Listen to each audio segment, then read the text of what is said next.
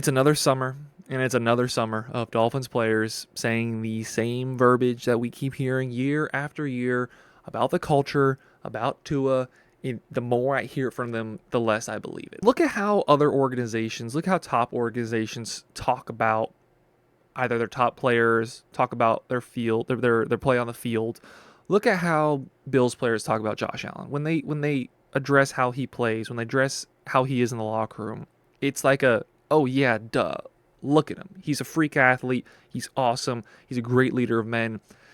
Every time I hear something about, and this is like just as like almost number one on the Miami Dolphins bingo card. I talk about this, feels like every offseason now. This is our third offseason running this channel, but every offseason there is a Miami Dolphins bingo card of things that probably will happen.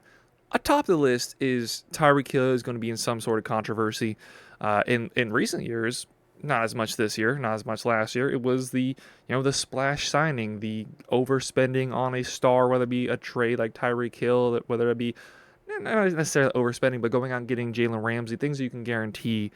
Another guarantee is that Dolphins players are going to have to talk to the media about how good the culture is and how good of a leader Tua is. To me, more and more it comes off as artificial. More and more it comes off as they are talking themselves into believing what they are saying. Austin Jackson, a few days ago, comes out and says, I'm talking about Tua, he's a full-blown leader. I think he's showing that he wants to take control of this team, and he is taking control of this team.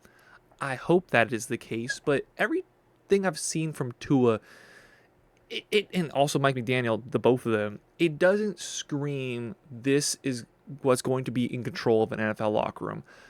You don't even have to necessarily be a big personality, but the ability to take them serious.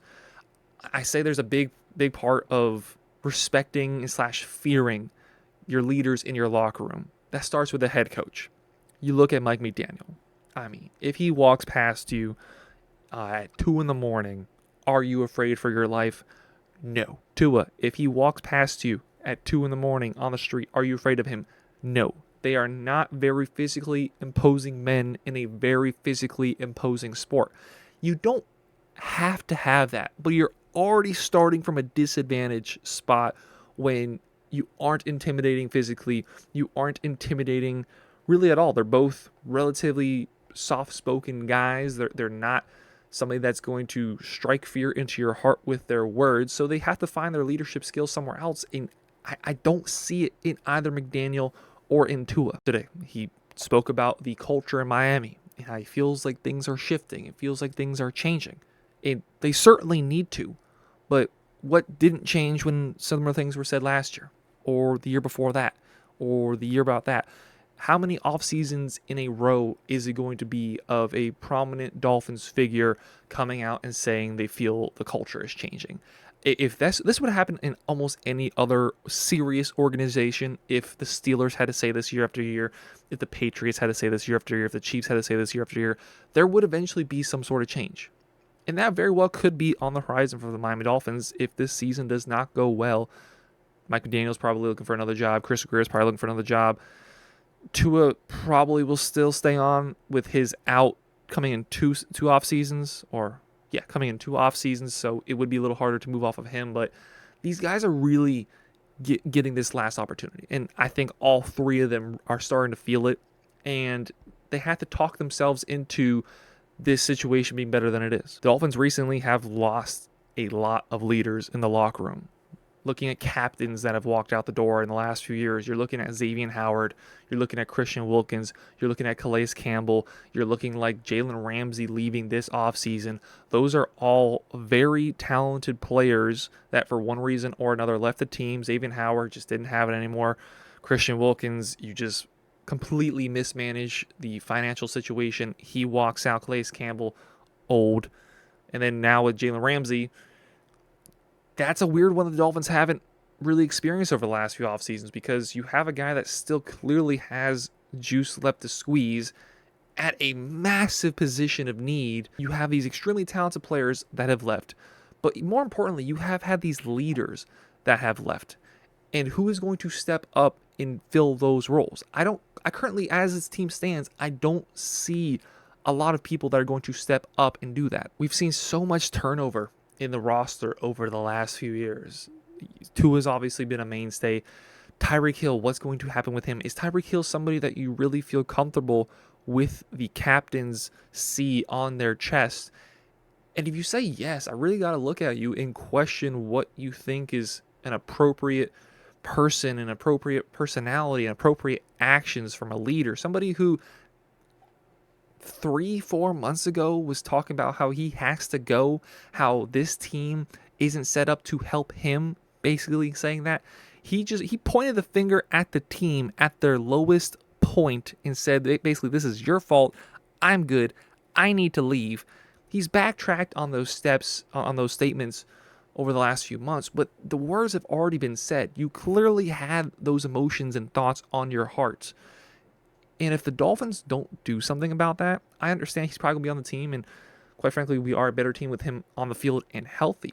But as a captain, which if he stays on the team, he is likely to be, I really got to question the leadership. I really got to question the seriousness of this team. McDaniel and Tua are not imposing guys. They have to get the locker room to buy into them. For Mike McDaniel, you have to buy in based off of his brain. You have to buy in based off of him being able to cook up some ingenious schemes that last year he got exposed a little bit. If teams just drop back and play a deeper cover 2, what is the answer? And last year he did not have an answer other than dump offs to Jonnu Smith and Devon Achane that ultimately didn't win the Dolphins a whole lot of games. Tua, not a very, very physically imposing man. What does he have to win the team on? Being a good dude, which totally seems like he is a good dude. And then on the field, his pinpoint accuracy. But how often is he on the field? Your guy, your player, the man in pads that all teams look towards the most is their quarterback. And too many times, and this is something that for the most part he cannot control, Tua, season in, season out, has ended up on his back and been unable to get up. Or if he tries to get up, he doesn't know where he is. Or he tries to get up and he starts stumbling a little bit because he's concussed. That has a mental effect on the locker room. Your number one, or what is supposed to be your number one leader on the team, continues to get hurt.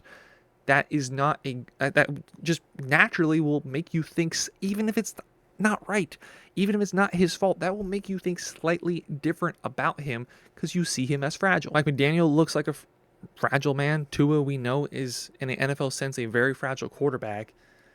That doesn't scream strong culture. The Dolphins grade very well on all the extra things we see at the end of every season.